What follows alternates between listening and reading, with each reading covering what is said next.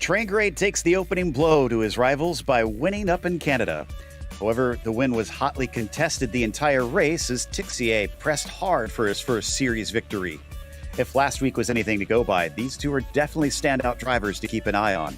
We'll see if it winds up similarly today at Oulton Park as we get ready to watch round 2 of the Lotus 49 Grand Prix Legends Series. And you'll see it all live here on the Global Sim Racing channel. Hi, I'm Joe Peak, and with me in the booth is multi-time Grand Prix Legends champion Mick Claridge. Behind the scenes is our director Robert O'Brien, and he's using cameras provided by Dougie Beard. Oulton Park is an old-school circuit that is well suited to the Lotus 49. Let's head to our track guide to see what exactly we mean.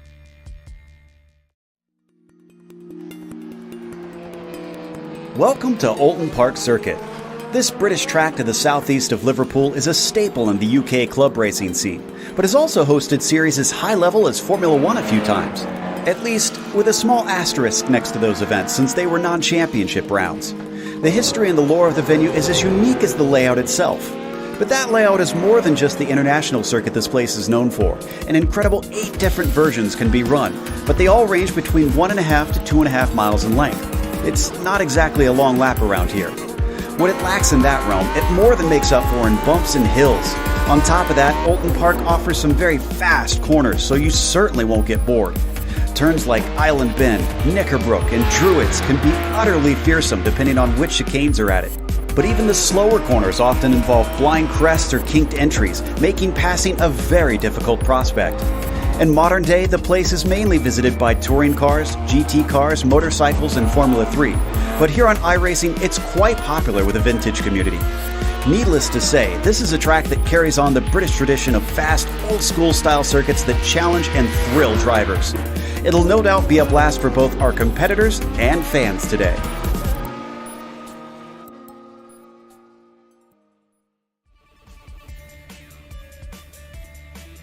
Well, Mick, I'm glad to have you back on the channel once again, and what a place to kick it off, and your homeland, of course, and honestly, a track that seems very popular with the 49 drivers. Yeah, it's always been a popular place, this has. It's a great little track, Joe. I mean, it's so tough in this car, you know yourself. Bumps, and more bumps everywhere. It's going to be a real problem with these guys, especially even the back straight in this car is a nightmare. So yeah, really looking forward to this one. I am as well. And well, when we take a look at the race details for this event, it is round 2. As I mentioned, we've already had Motorsport for the first event, and this one's only going to be 24 laps, despite this not being that long of a lap to get around this place. It is an open setup series, so expect the drivers to have to try and make these things as stable as possible over those bumps that Mick mentioned. It's going to be a big talking point, no doubt. They have no spare car to save them. The damage is going to be difficult to deal with if you have an ill-handling car, because it is so tight and so difficult to try and avoid errors around here. They have 17 incidents giving a drive-through penalty, and then at 25 incidents, they'll actually be disqualified. I'm not sure that we'll actually see people manage to reach that today. As we take a look at the F1 drivers standings, and as mentioned, with Trangrade taking the win, he is now leading, as it's just simply where they finished in that first event. Ben Zoko, though, still in third, but he said that he's not able to necessarily compete the whole season, so we'll see how far he can go, and if he can maybe be a thorn in the side of guys like Sebastian and Ove. Watch out for Vascalampi, usually pretty quick, with Mikola there sitting in 5th. Another Finn coming in to see if they could threaten them. And of course, Mick was able to show up at the last race, but he's going to be joining me for the rest of the season, so don't expect that name to stay here in the top 10. We have the traditional F2 championship as usual, Mick, and how's that currently sitting? Yeah, David Ross is doing well. He's in practice today. I watched him earlier. He's got a nice car underneath him today. He was pretty hot on laps. Rolly Wallbank second. I'm liking that. Dave Cohen in third. He's an old regular. Yuri Wickstrom in 4th. Toby Harnvey, he's here today, in 5th. And the rest of the guys there. Andrew Ang in 7th. Robert Abrolta and Andres Bruno in 10th. This is going to, it always is, isn't it, Joe? It's always a good championship, the F2 championship. They always want to fight for this one. Yeah, it's just as important to them, I can tell you that. And the Nations Cup is the next one we're going to give a look over. And Norway for Ove going to be up at the top. Singapore has not only Sebastian Tixier, I've been informed, but also Gary Ho is another one that is apparently a part of that club. They've got Australia in third thanks to Zoko, and Finland, despite having two drivers up towards the top, is only able to be in fourth. I expect them to maybe be a real threat later on, as they took the championship last season in the Cup of Nations. So that is our update on the championship after single rounds, and now we wait for the times to start to string in qualifying. And I gotta think, Mick, that qualifying here probably going to be pretty important. Oh, very much so. Yeah, it's so hard to pass around this place. Always has been. It's so tough, and I'm just wondering if the guys. One thing that I always did when I was racing here was run off line, because if you just get a little run, especially down the back straight, which is sort of going to be the main passing point down the back straight, if you run down that outside line every time, you just don't get a feel for what the car's going to be like on the right hand side, you know. So there's loads of little things you need to do to get ready for this place. It's going to catch a few guys out running offline, because the bumps are all over the place. It's so hard to get used to this place. Well, it looks like Ove Trangerade has put it on provisional pole, but he seems like he is done already. So second lap is not going to count for him. And Togo Hisada, who is less than a tenth away, has a chance to try and overtake him. This is going to be interesting. We've seen how quick Togo can be on a good day, Mick. I'm expecting lap times to be in the 23s and in the mid 23s. If I'm honest, Togo was 23.5 in the practice earlier. Seb was 23.6. Uwe has done his usual and turned up with about 10 minutes practice and stuck it on the front row. So yeah, that's typical Uwe. But yeah, Togo's coming around now to finish the lap off. I'm expecting 23s, mate. Yeah, and that would easily put him up ahead, because right now whole time is a 24.2 for Ove Trangerade. So Mikko Vakela, gets bumped down fourth, because John Olsen now goes to the top step. His first lap got deleted, so John was a sleeper on that one. He gets within 6 thousandths of Ove Trangerade. Mikkola goes to the pole, but Hisada immediately tops him by half a second. It is tumbling down. Trangerade's already all in third after that. And looks like we have Ryan Walker we're still waiting on, who is also a pretty quick driver. Ben Zoko, just spun himself, and his second lap is done. He's only starting in 18th position. That's going to be a nightmare for him to have to make up here. So punishing. And what's even more incredible, Mick, about all this is that we've got, it looks like, nearly 30 cars, and this is top split. This is a huge field, because this isn't even everybody here. Yeah, I couldn't believe it, Joe. It is split, but it's still a high number for this series. And I was going to say to you, back marker is going to be key here. But when I saw it split, I thought, well, that's out the window now. But yeah, it's going to be a serious thing, having back markers getting in your way. I just want to note, there's one guy that hasn't qualified, Seb Tixier. He would have been front row. I'm not sure what's happened to him there. Oh, that's a good point. Yeah, I had completely forgotten to check on him, and he's not out on the course, so his qualifying is effectively over, and that is it for Tixier having to start from the back. That is a man who cannot catch a break in this series.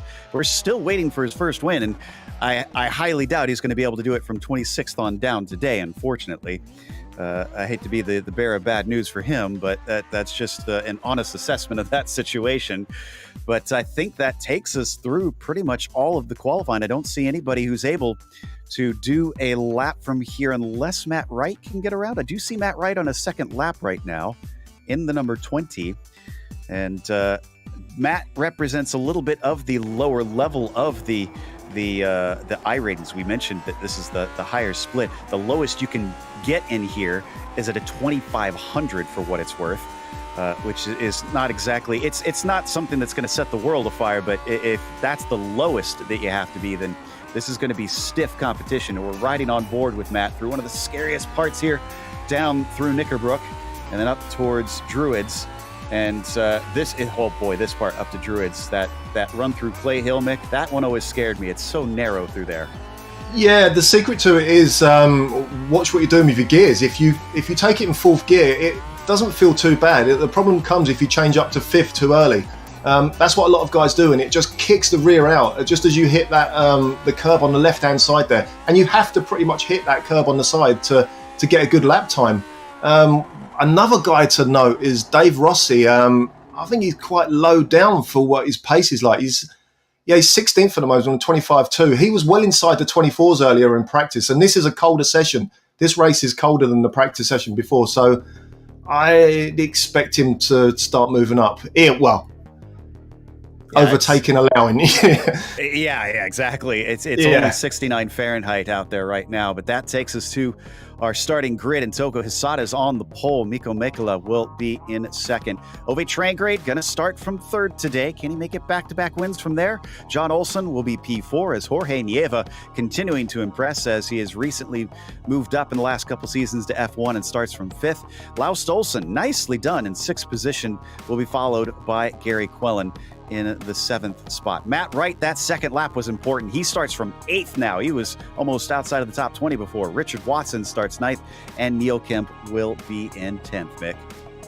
Yeah, I think Laust Olsen's probably had a bit of help by some unknown driver. Anyway, 11th, Jan Lehman. Ryan Walker, great to see him in there, 12th. 13th, Gary Ho. Javier Mosquera on 14th. Seamus Power in 15th. David Rossi, like I say, in 16th. I expect him to move up. Mira Haraski in 17th, Marco Antonio Lopez Salgado in 18th, Robert Plumley, good to see him here, and then Xavier Sanchez in 20th. It'll be Ben Zocco in 21st, followed by Cam Porter in the 22nd spot. Heitor Sintes Galindo will begin from 23rd, bit far down for him. Chandler Pellerito will be in 24th spot as Yaounzi Lin starts 25th. After that, it's the last one to set a time with Paul Wilson. Sebastian Tixier from 27th. Failing to set a time, Jack David Spickett and Hideki Koivisto will be behind him in the 29-car field here today. We just about have everybody already out there, and it is a little bit windy, but these cars probably won't be as susceptible as light as they are. They don't have any aerodynamic devices to worry about on that one. You can see about 21 Celsius for our fans over on the metric system and about 20 kilometers an hour for the wind, but no clouds to speak of on this bright, sunny British day at a classic British track. Everybody's ready to go. The engines now start to rev as, I thought they were going to. Yeah, there we go, as I thought Pellerito needed to wait, and the green flag is now out as they come off the line down into Old Hall Corner, and Mekala is trying to challenge his Sada as he goes deep into the first corner, and he's going to take the lead away. The fin is up to the front, and is that going to be critical? In the background, we got a big schmozzle, and it looks like multiple cars are off. I see, it looks like Ben Zocco, unfortunately, finding his day end off on a sour note. Yeah, it looked like Neil Kemp, I think it was. Oh, no, it was David Rossi. I think it looked like I'm just watching now. Yeah, Neil Kemp spun it, and there was nowhere for the guys to go behind. Real shame. David Rossi was off on the left-hand side. He's coming back on. I think he's in last place now. Doesn't look like he's got too much damage. But yeah, great start. It's always a nightmare at this place. That turn one is seriously hard. Not much room from the grid as well. And the pole sitter is on the left-hand side, Joe. I was going to notice that. Note that in the pre-race build-up. It's tough to get away from the line on the left-hand side. You sort of expect the right-hand car to be, alongside you if it gets a good start. You've got no chance into the first turn. But yeah, there you go. It's so annoying, Matt. It's weird. You'd expect pole to be on the right-hand side of this place. Yeah, it certainly caught things out. We got a replay of that incident as... Let's take we're going to the onboard cam, rather, of Laust Olsen here in the number 9. He's now up to 6th place, which is where he started, so he hasn't really gained and lost anything. But the big change are those top two between Mikko and Togo. And honestly, you can see up ahead, it's quite the battle forming. Ove Trangered's also getting involved, so a three-way fight potentially for the lead. And if Mikko is a little bit slower, this is going to be immense pressure make this whole race for him to hold back the Japanese driver. Yeah, it's going to be tough. And Togo will already be planning on where to pass the guy.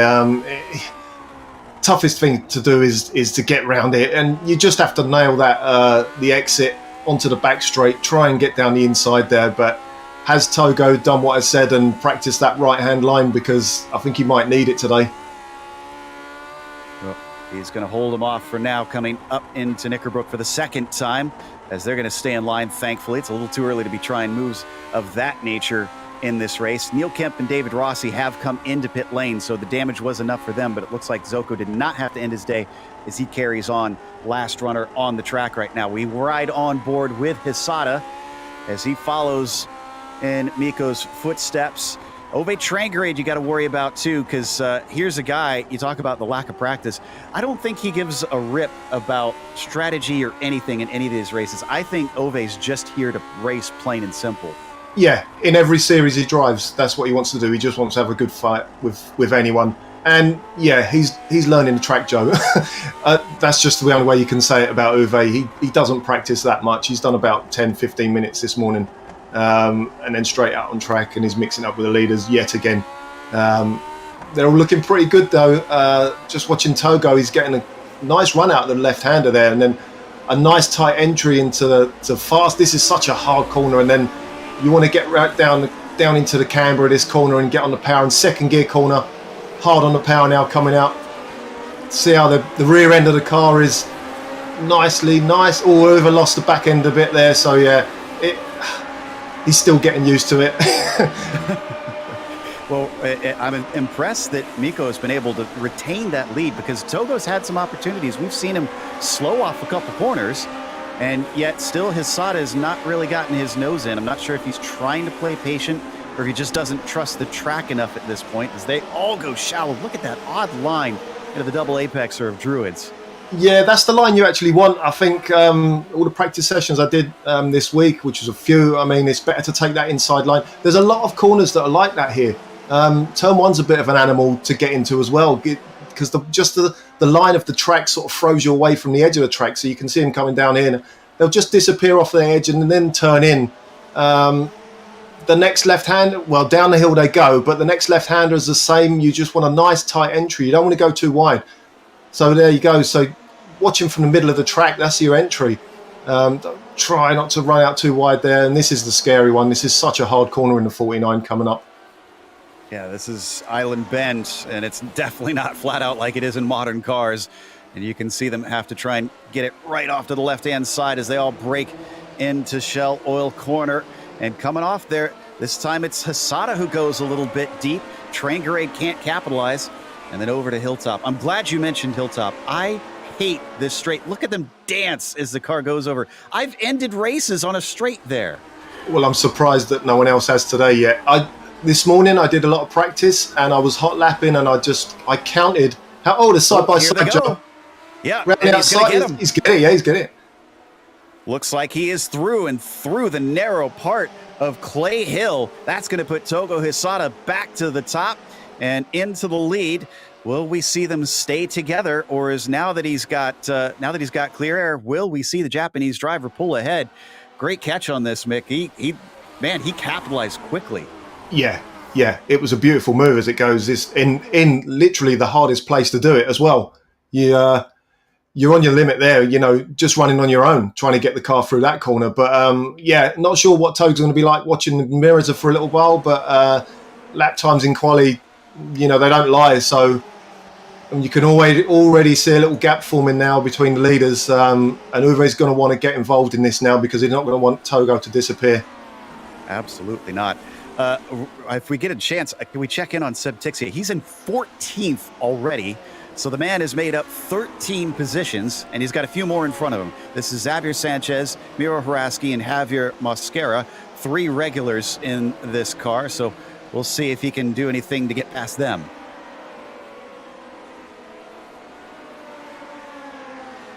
they come up and over hilltop once again, moving a little bit up towards Ryan Walker, who's just ahead of them. Ooh, and he's going to try and go on the attack here on Watson as we check out his onboard cam, but Watson will rebuff him, and that's a good example of what we were just talking about, Mick, about how tough it is usually to try and pass there. Yeah, it really is tough. They call this place the mini Nürburgring, don't they? The Nürburgring's a nightmare to pass just because of the nature of the track, and it's a thin track. It's not a wide place. It's not like Spa here. So you got to think all the time around this place. There's no let up, and in the 49, even the back straight, there's no let up. This morning I counted out 5 times that the car gets airborne around this place on a hot lap. So yeah, it's so tough. It really is tough to do this. I don't think Sebastian agrees with your assessment. In the 30 seconds we've been away from him, he's passed Sanchez and Rasky already. Yeah. So I think he jokingly said in the text before the race started, thankfully easy to pass here. So I'm assuming that was sarcasm, but man, he's kind of proven himself wrong on that if that was the case. Up to 12th now. Just an amazing run from the Singapore driver as he just about loses it coming out of the hairpin there. I noticed this morning, Joe, I sat on board with Seb. Seb was as quick as anything. He was a 10th off of Togo this morning, and his car was all over the place on the power. The rear end was all over the place. I just don't know how he got around the track. So, yeah, I think you're going to see a lot from that from Seb today. Well, right now on board with Miko, we see Ove Trangerade ahead of him. He passed him in the same spot that Togo did and wasn't quite as wide, it looked like, from I could see on my replay. We're going to pull it up here, Mick. But the 16 doesn't seem to be very good at this Knickerbrook corner. Oh, yeah, he was well wide there. Yeah, that's just a missed braking point. And, yeah, Uwe's not going to mess around there. So we're going to give it one more look here from the Scandinavian's perspective. And yeah, he was up past him very, very quickly. So that was brave from Ove to make that stick. And Miko could not hold them back, even though he started from second. He's down to third. Now, in fact, John Olsen is quickly on him along with Jorge Nieva, former F2 champion, now F1 driver. If you're wondering what we're talking about between F1 and F2, they are all driving the same car. They just delineate the two series essentially by iRating. So that gives people who might not be as competitive with the top guys something to fight for in terms of a championship.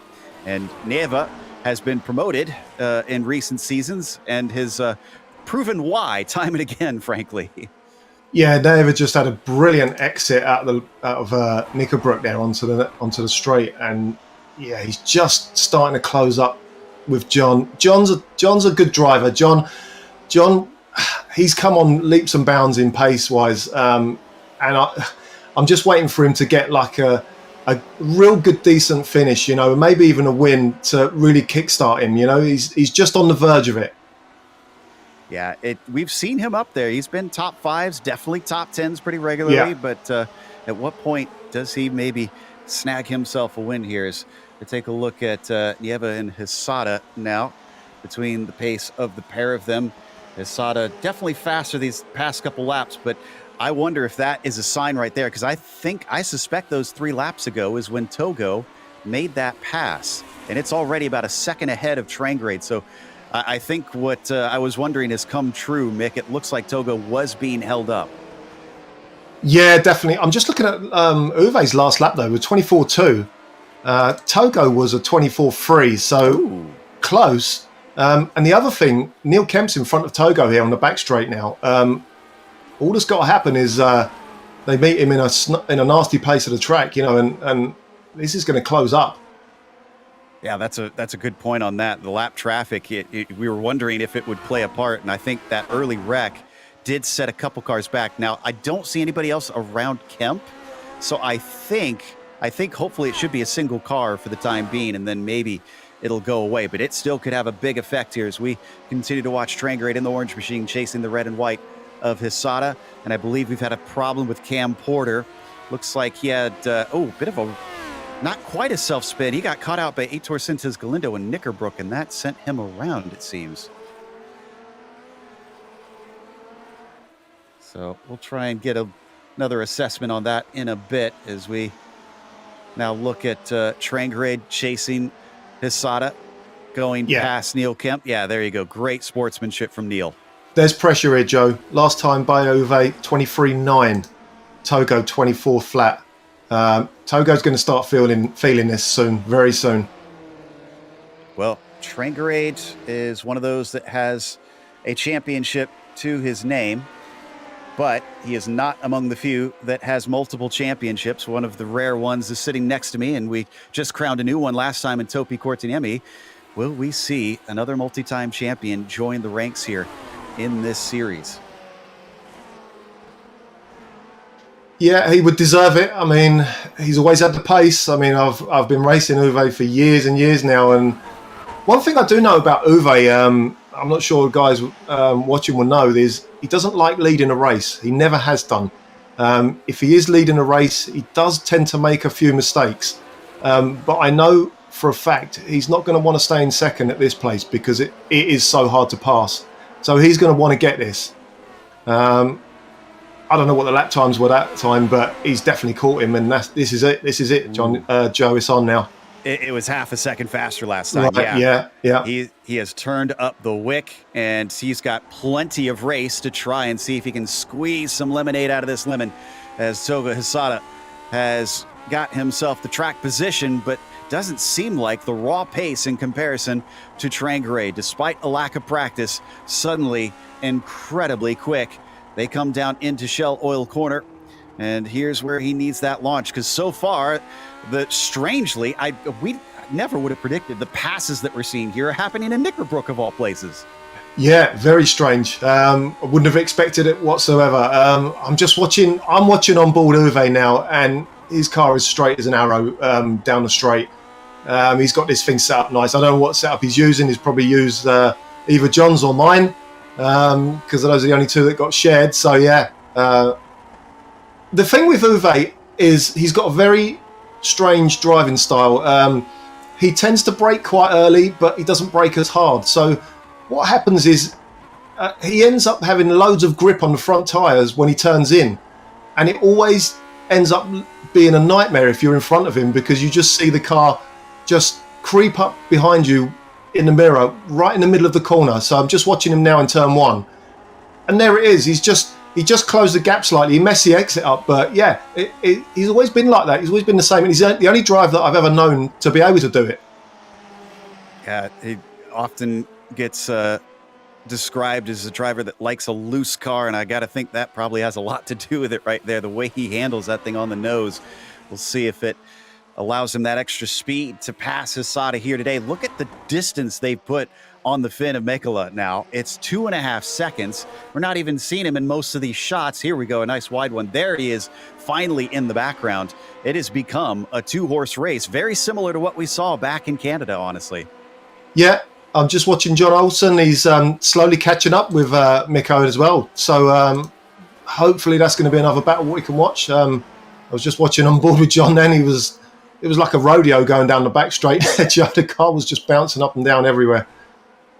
Really is. And there you see John coming through as they come around Druid's corner. There is John Olsen now, still trying to maybe see if he can get up into the podium positions. I'm sure he'd appreciate that, although Mikko must be a little bit better qualifying wise than he is race pace, because after taking the lead away, just can't seem to hold on. We got a replay here as we've got a onboard once again of Ryan Walker, and he's still working on Richard Watson. However, now he has Sebastian Tixier rocking up behind him. I was just going to say, maybe you want to sit on Seb and see how this goes. Yeah, you beat me to it. But yeah, this is... someone up in front, very wide there. Matt Wright. So yeah, this is going to be interesting now for Seb.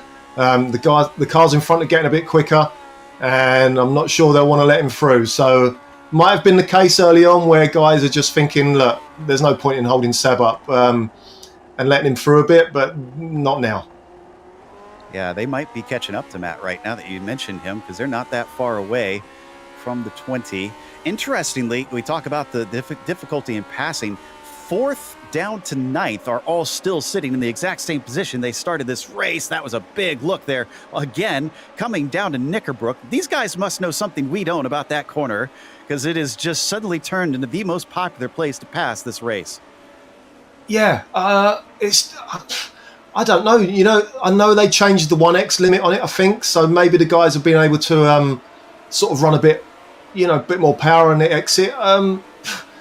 Not sure about this one, Joe. You know, Ryan's gone well wide there. Seb's going to be on the long side down the front straight. And this is so hard to get the power down. Seb's all over the place on the power, and he's got it done, I think.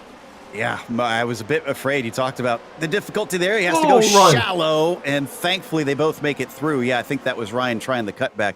But yeah, over deer leap onto the front stretch. That's another one that's usually a non-corner in most cars. And this thing, when we saw Seb go wide, I thought, oh no, he's going to hit the pit wall. Yeah, it's so tough. That little crest over the front straight is... if you run it in third gear, you're right at the top of third gear, and you get a bag of wheel spin. What you normally want to do is run sort of, short shift up to fourth, and it will give you a nice run down there. But when you're in the heat of the battle, you just want to keep it in the third gear so you get the most drive, I'm watching Seb again now. He's catching up with Richard. He's looking already. Seb. Yeah, he's going to get this done, I think, Joe. Oh! No! Gets into the back of him. Right into the gearbox of Richard Watson. He tried the over-under and just did not time it right. Thankfully, neither car looks like they've been spun out by that one, so they're able to carry on. Hopefully no damage on either as well. Yeah, I don't think it was much of a big hit, but yeah, Seb's trying every move now he can. Let's just watch him now out the last turn. Again, loses a bit of the rear end as he's coming over the crate. Yeah, he sticks it in third gear, so he just wants to get up as far as he can now. Yeah, and I mean, he is already to the top 10 now that he's passed Walker. So Watson just ahead could be another one that should be done before this is over, because we're down to 11 laps to go. Matt Wright is still within reach, although now they've got the lapped car of Kemp between them. Still the only one we've seen that has had to have been lapped. After that, you'll look for, I think, looks like David Rossi's back out on track, and Hideki Koivisto is a ways up the road. So down into Shell Oil. Tixier forcing him to go defensive. Watson will be able to retain the spot. And will we see another go at things from Sebastian? If he could get him to go defensive once again, he could maybe pull a dummy. And he is getting him offline just a little down to the inside. Sends it in as deep as he dares. And Tixier side by side. He gives just enough space around the outside. Still wheel to wheel as they climb through Clay Hill. And finally giving up the ghost. Watson pulls off. And Traingray's going for the lead. And now we have another battle. Oh, they're going to bang wheels. They came together. They came together coming out of Lodge Corner and live to tell the tale. And Togo Hisata will stay up ahead. Let's take a look at the replay, Mick.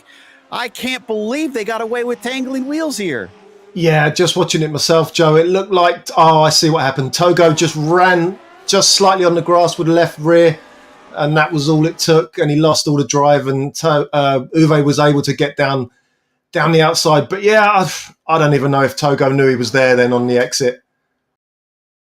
Oh, trees just getting in our way there, but there you can see the slight bit of contact, and Togo having to dip off to the right-hand side suddenly. Here it is right here. Just interlocking. So rare to get away with that as well as they did and carry on and not lose each other either. They're still within 0.3 of a second. Yeah, amazing. And Uwe's, I'm just looking at the cars now, seeing if there's any damage. Uwe's steering nice and straight. So is Togo's. That's always the giveaway. Togo's under serious pressure this race. I mean, to be that close to the guy, this early on, he's done exactly the same thing again. He's just run wide on the grass out of the right-hander, but he didn't do it quite as bad. See how the entry onto the front straight now. Uwe's sawing away at the wheel there, trying to get the power down. When is he not? He's having a good time, that is for sure. I have no doubt he is savoring it as we come down to 9 laps to go now. And Nico's caught up somewhat because of that back and forth, but is still sitting back in third. He's going to hope for them to continue to fight hard like this. And Togo Hisada with about a 0.4 of a second lead here at Oulton Park. It's round 2. Japanese driver has managed a championship himself. I'm not sure what his schedule is like. He's a young lad, as you would describe him, I'm sure, Mick, and has to deal with university and whatnot. So hard to tell how much he can commit to, but we know that when he's able to stick around, he's a serious force. Oh, yeah, very much so. Came and joined the series as an F2 driver. And we got the new car, and it just suited his driving style, I think. And he was straight up the front and got his championship. I think he is the only guy. Yeah, he is the only guy that's won an F2 and F1 championship. But for me, Joe, I have to say it again and again because it just blows my mind. Uwe Trengerade, 10 minutes practice for this race. Yeah, that's just unbelievable. It's going to make, I'm sure, some of the guys lower down a little bit frustrated, I'm sure, to know that he can be that quick. Just at the drop of a hat. So they cross the line once again. Things have settled out. I'm not seeing all that many battles now at this point, although I can say that Tixier's caught up to about half a second of right as we look a little farther back. This is between the pair of Sanchez and Mosquera. Oh, and something happened to Sintez Galindo just now. Trying to see if he had help on that one. Nope, self-spin, it looks like, for him down through Lodge. So we continue to follow these two. Not sure what happened to Sanchez here in this race, as he is usually a little bit higher up. He only had one qualifying lap, so maybe that put him a little far down the order. He's better known online as Heike360, I think it is. He's a well-known streamer, but he's been fighting for top fives and for wins both in this series. He also races over in the Camel GT series and the Lotus 79. So just another one of those vintage aficionados. Oh, yeah, very much so. And I don't think it's going to be too much longer before he has a go at Javier, because he's looking pretty tasty. Javier's running a little bit wide there, missed the apex there at Knickerbrook. Over that little crest is so tough to do, Joe, that is. Yeah, like I said, if I'm honest, as much as I know the community loves this track, I hate driving here because I never have a good race at this place. It always kills me. You know, I'll tell you what, Joe, I loved it because although it's an animal of a place, it's quite high grip. So it just feels like there's a lot more grip than we're used to. So, you know, if you can sort of compare it layout-wise and bump-wise to somewhere like Sebring, I suppose, or Belle Isle even. But it's just got such a high grip level that you can really sort of get stuck in. And obviously you're practicing all week and you get used to it. So as all these guys are, apart from Uwe. Well, it looks like Spickett, Salgado, and Sintez Galindo getting used to each other in a nice little fight for 19th place back here. Ahead of them, there was also some swapping between Lynn Plumley and Pellerito. So apologies to the back of the pack that we haven't covered them as much today, but we had so much action at the front earlier on, and there you can see them coming down into the braking of Island Bend, and they might be approaching Ryan Walker very quickly because he's on the exit of Island Bend. Not exactly where you want to be. Excuse me, Shell Oil Corner, I should say, the exit there. So what happened to the 6? We watched the replay. Oh, touching the grass. That's not going to help you. Yeah, it's not going to help me at all. Change of Priorato looking pretty tasty now. Just watched him as he was chasing Robert. Oh, Robert! He nearly had him there. He nearly went straight into the gearbox there. Yeah, we've come... Heart in mouth moment there, Joe. And yet they thankfully carry on. Coming down as we watch the 27 give chase. This is actually for 17th position. Pellerito seeing if he could maybe go on the attack here. And now that they've got Ryan Walker, it's gone from a 3 to a 4-car battle. Yanzi Lin very close to the gearbox of the number 6, trying to put the pressure on, square off through Cascades and get the launch down the swift run along Lakeside. Doesn't quite look like he's going to be near enough for this one, though. Yeah, I was watching Ryan earlier in practice. Good quick lap times from Ryan today. It's a bit of a mystery why he's so far back. Well, the spin didn't help. Yeah, the spin didn't help. Yeah, I was expecting him into the well into the 24s or just watching Yunks. Every time we go down that back straight, I'm just in awe of these guys able to just keep the foot down that back straight, because it's so hard. The car just bounces around everywhere. And these guys are they're using really scary setups in this car as well. Oh, I think we had an issue for train grade last lap because he's 2 seconds slower last time by, and it shows on our timing tower as well. I'm trying to see where it happened exactly. And it was at the very end of the lap in Lodge. He slid very wide. Mikkola is now right behind him. There you can see on screen, that's Mikko in the green and white, train grade in the orange. And so it's gone from what was a fight for the lead to now just trying to keep hold of second place. Now, his pace has shown that he's been quicker than the Finn up to now, so I'm not sure it's going to be too big of a problem, but that's got to be upsetting with how much of a threat he was for the victory up to that point. Now, here's the thing I was saying, Joe. Remember I said about Uwe doesn't like leading. This, to him, is a battle that he's leading, so he might not be comfortable where he is. Let's wait and see, because I've seen different sides of Uwe. When he's leading a battle, he can drive away, but other times he really struggles. You'll tell him yourself that. So, yeah, going to be interesting to see what happens there with this gap. This time by, it's going to be 4 laps to go. Oh, behind them, Jorge Nieva has also had an off. This was through Druids, and another one that really did a good job gathering this up, because usually in Druids you don't have small accidents. He managed to just skitter off into the gravel and eventually return, losing the spot to Quellen. Yeah, might want to be having a look at Seb now, guys. He's catching Gary Quellen. He's actually, Laust Oulton. He's right in the gearbox of Laust Oulton now.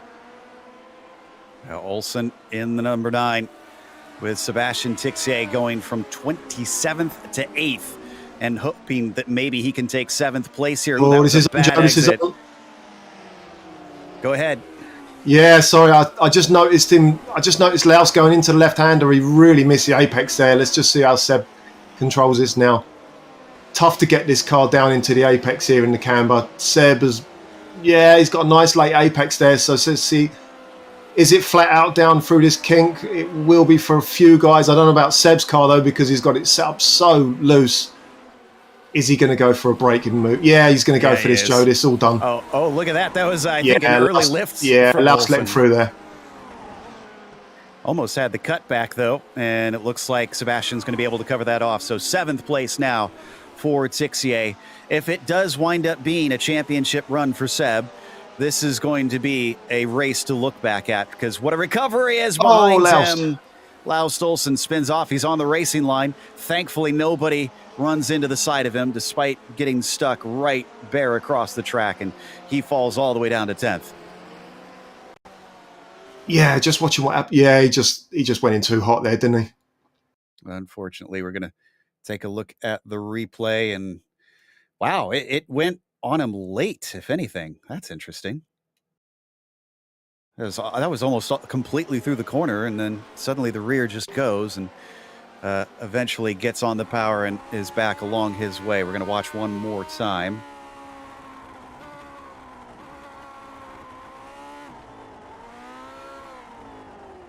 Did he downshift? That's a very strange place for that. Yeah, I'm not too sure. I think he just went in a bit too hot. It looked like he was at full lock to the right as well to try and save it, which probably didn't help. But yeah, it was a bit of a strange one. All right, we need to go back to Nieva and Tixier, because Tixier has already caught the next car in line. What's the fastest lap for Sebastian here? 23.9.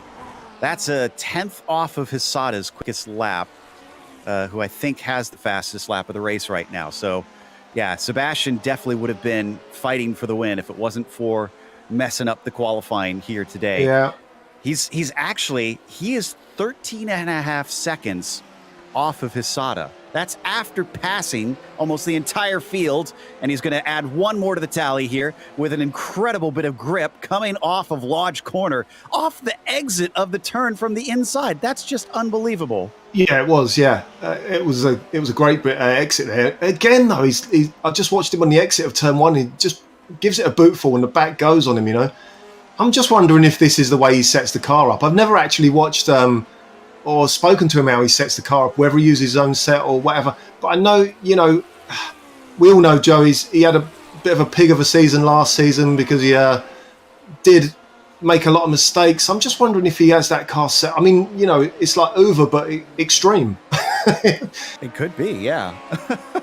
So, and he, I mean, ironically, you say that, does look like he's got a bit of a car that looks like almost a sister livery to Ove Trangerate. So maybe they are swapping notes in some form or fashion as he takes it down through Knickerbrook, but they're going to get the white flag next time by. So unless he's got massive pace advantage over Quellen, this sixth place might be as high as he climbs.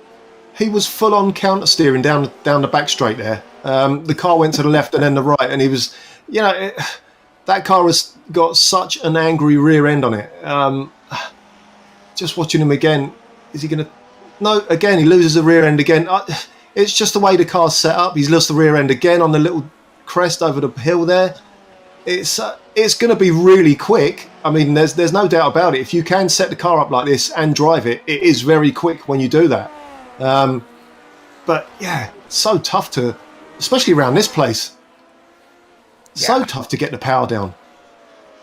Togo Hisada, not sure if he's the youngest champion we've had, but surely is in contention for that here in the Grand Prix Legends Series. And you know, I need to check and see how many wins he's had, because he's starting to tally more of those up. Before, I remember seeing his first win. It was on an oval of all places at Indianapolis.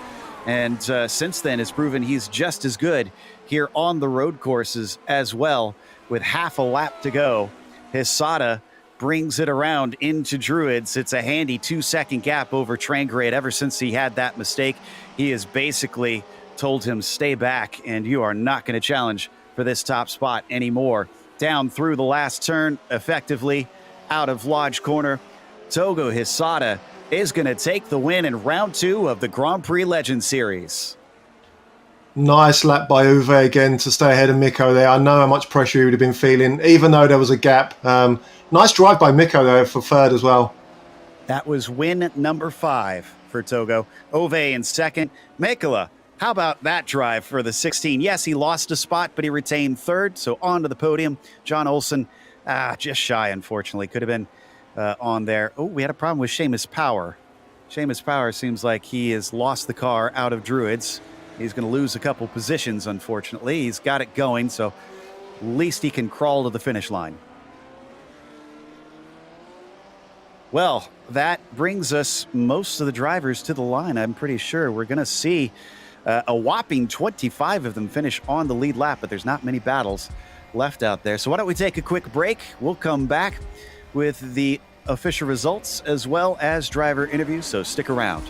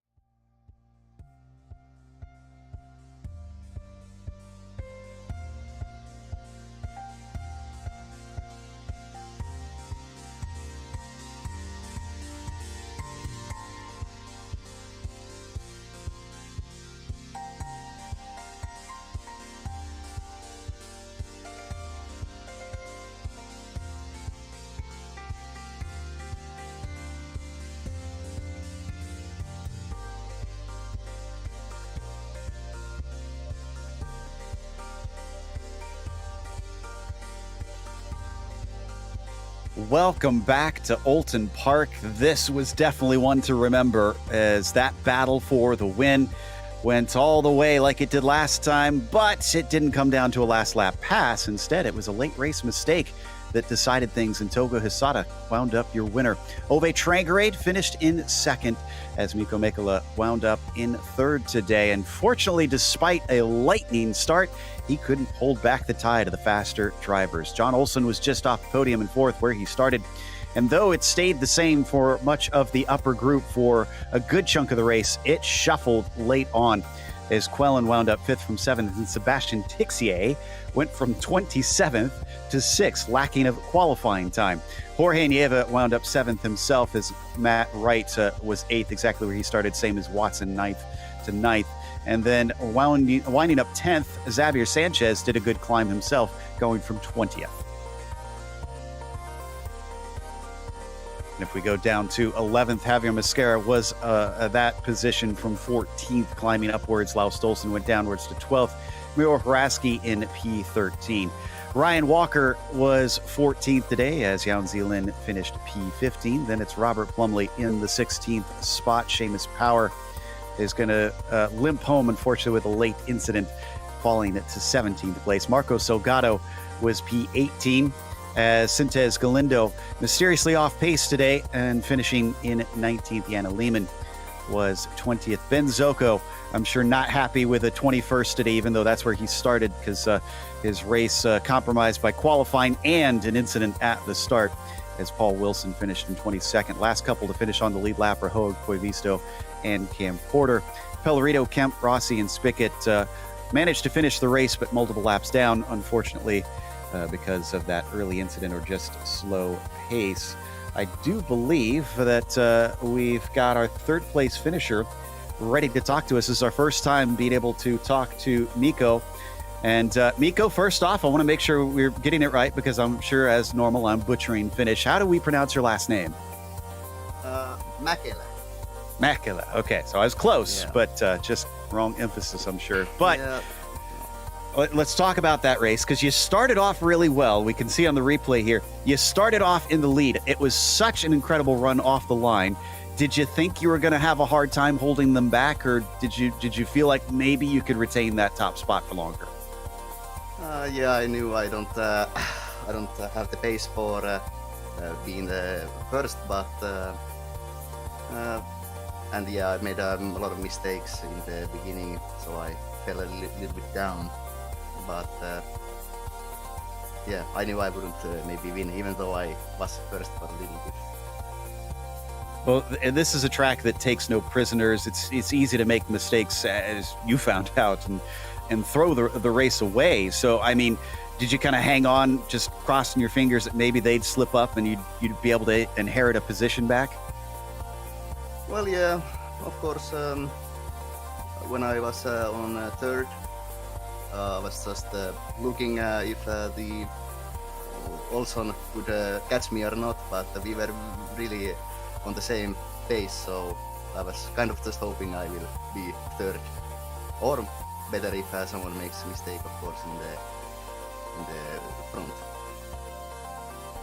Yeah, that would obviously help, and I'm sure the punishment of the tracks is going to continue, because we're heading off to Detroit next week. You're going to get buckled down and try and get a lot of practice laps in there, because that's one that you really can't make mistakes at. I'm not going to drive Detroit, so I'm gonna pass. Okay, I don't blame you. It is a very, very difficult one. Well, sad that we won't see you, but who helped make a podium possible for you today? Sorry, what?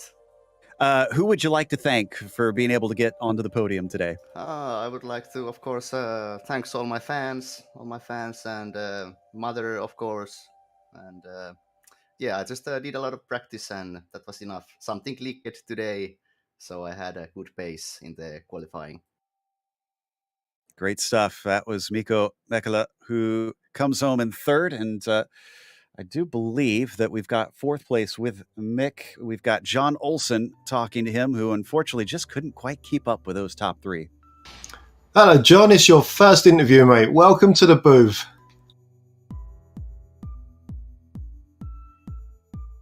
might not have. Is he there? John.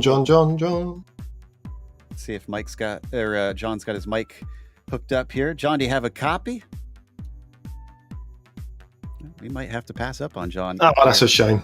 Yeah, we'll see if we can talk to him a little bit later and get him in. But I believe we've got Ryan Walker as well, and you're well familiar with Ryan. So, Mick, I'll let you chat with the Scot.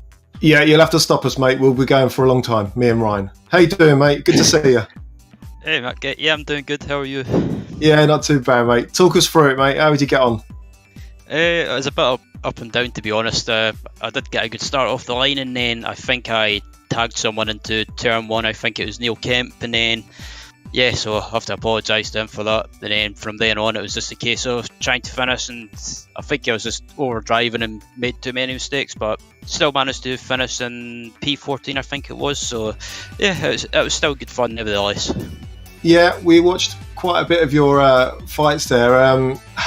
Just give us an idea of what you do for your set. I just want to say, out of a lot of the drivers, you're one of the guys that surprised me a bit with your pace, especially this week. You was well into the 24s in your practice sessions. It was looking good, mate. So what do you normally do to set the car up and get it ready? I normally take, I think it's either you or John Oulton's sets I normally take, and then just make minor adjustments to, I think it's the spring rates I normally mess around with, or the diff preload I think it is, but I kind of like to have the car set up a little bit of understeer and use the throttle to make the rear end rotate. So it's a bit of a weird driving style I've got, but I think anyway, your setup, I tested your setup earlier this afternoon, and I found it suited me the best, and I actually went with that for the race. So yeah, I have to thank you for that. Oh, nice one. Well, I actually did make it and think, Ryan might like this. Yeah, it didn't feel too bad, to be honest. I mean, I do like John Olsen's setups, but I find they just seem to move around too much. But with your setup, it actually felt really planted, so I went with that for the race, and glad I did. Just a shame I couldn't get a better result, but that's the way it goes. Yeah, nice one, mate. So what's your plan for the championship? You sticking around for the whole of the season, or are you going to just do a few races here and there? I'll probably just do a few races here and there. I mean, I've got the Majors MTech or Majors Endurance Championship coming up soon, so most of my focus will be on that. And also, but because I work on a Saturday sometimes, so by the time I get home, and it's just just don't have the energy to race, but I'll try and make a race win as much as I can. Brilliant. Listen, mate, here's your chance now. Who do you want to thank? I knew that was coming, but first off to the Lotus 49 community, you guys for putting on the broadcast, the team at Satellite Racing, our sponsors, Maradness, LS Engineering and Nemesis Lab, and lastly to you, Mick, just for being a handsome stud as always. Brilliant, mate. Listen, go away. We're bringing Ben in. See you, mate. Good to see you. Cheers, mate. Yeah, Joe, I think we've got Ben, haven't we, coming up next? Yes, indeed we do. Ben Zocco is going to have a little talk with us here, and I had a chance to get a quicker look to see what happened on that opening incident, because I know we didn't get a chance to go and look at that replay. And Ben, it seemed like things were kind of set by that qualifying, because that put you in that position there at the start. It looks like you didn't hit anything, but just kind of made a miserable day a little worse. Yeah, that kind of set the tone, I suppose. I'm nursing a bit of an injury. I hurt myself this morning in a silly way with a neck and shoulder thing, so I couldn't do the morning race, and then I didn't do any real practice leading up to this one, so and then made a mistake on my, it all snowballs, doesn't it? Made a mistake on the second qualifying lap when I was, I don't know, probably going to get in the 25s, and then the first lap I just went off track to avoid some cars in front, which was alright. These things happen. That's the best thing to do in that situation. That's when you can see that there's a field of cars coming through on your inside and there's spinning cars in front of you. You're better off just giving as wide a berth as possible. was a bit scared I was going to hit the wall and that it was going to be over before it started, but managed to keep it on. And then I chased down some other guys and had a battle with Yanni. Unfortunately, I tried to make a move into the hairpin, the long hairpin, the first hairpin, I guess you'll call it, the banked one, and I punted him. So I stopped and let him get back in front, and then I passed him properly later on, and then chased down some other guys and did some passing and stuff like that. But then on the last lap, I was trying to set my fastest lap on the last lap, and I had spun it into turn one, so I lost all of the positions that I'd gained throughout the race. So yeah, not a great weekend for racing, but I still had a lot of fun. It's always a lot of fun driving this car. This track is a real challenge. I just didn't have the practice. Yeah, and I have to imagine it's kind of savoring every moment you can coming into this, since your time is limited with the daylight savings taking that away. So will you be at Detroit, and how do you approach something like that, since it's another one that could so easily bite you and you don't want to end it too early? Are you going to go gung-ho, or are you going to try and maybe just creep through the field on that one? Anything can happen there. Now, next weekend is when the shift changes. But I think theoretically it'll happen on Sunday morning at like 2 or 3. So the time, it should be the same kind of time, but we'll lose an hour. But it's a long weekend. Look, hearing that it's Detroit, I have to make it. I would do it even if it was the into summer and it was an hour later. I would still stay up for it, because that's probably my most competitive track in iRacing in this car. I haven't done it, I don't think, on the new tyres, so that might just change completely, but I can remember challenging Rob Olenek for a win in the broadcast, well, not the last time we were here, but maybe the time before. So yeah, I'm pretty damn competitive at that track in this car. So I really love Detroit, and I want to be there for it, even though I think there's some more faster guys around, and maybe these tyres will make me faster or slower. I don't know, but I have to find out. Detroit's the best, love it, but it's a fine line between pleasure and pain, and you can easily. I could easily do a bad qualifying and then get caught up in an incident on the first lap. I've had that happen before at that track. A bit of a car park if someone spins it into like the second or third corners or whatever. But that's what makes Detroit such a fun, exciting place to race. I love your attitude about it, and honestly, if it weren't for postage, I'd be mailing you every Lucky Charm I could, because I want to see it end on a high note. And it's good to talk to you again, and commiserations on today's race. You dealt with it admirably, man. Yeah, thanks everyone. No worries at all. It's just good to be racing in this community, in this car, whenever we can. That was Ben Soko, who wound up 21st today and was gotten through what must have been a bit of a tough one out there, but definitely seemed to continue to have fun there. You can see right there, unfortunately, we just caught his little incidents there that he was mentioning. I'm sure he wished that didn't get shown, because we didn't catch it on replay, but there's nothing like timing, is there? Yeah, we'll try and see if we can erase that from the internet for him. But in the meantime, we'll close up with a big thank you to the Grand Prix Legends community for giving us another chance to cover this series this season, but also thanks to the team today, Rob, Mick, and Dougie. Make sure to check out our social media, website, and merchandise store, and don't forget to subscribe to our YouTube channel so you don't miss a moment. But the next race, as we mentioned, Detroit, will kick off the month of October on the 1st at 9:30 a.m. Eastern. Be sure to check out our other broadcast listed here, including the Camel GT series going to a brand new track, Oschersleben. That'll be at 1 p.m. Eastern. Until next time, though, race clean, race hard. We'll see you on the track.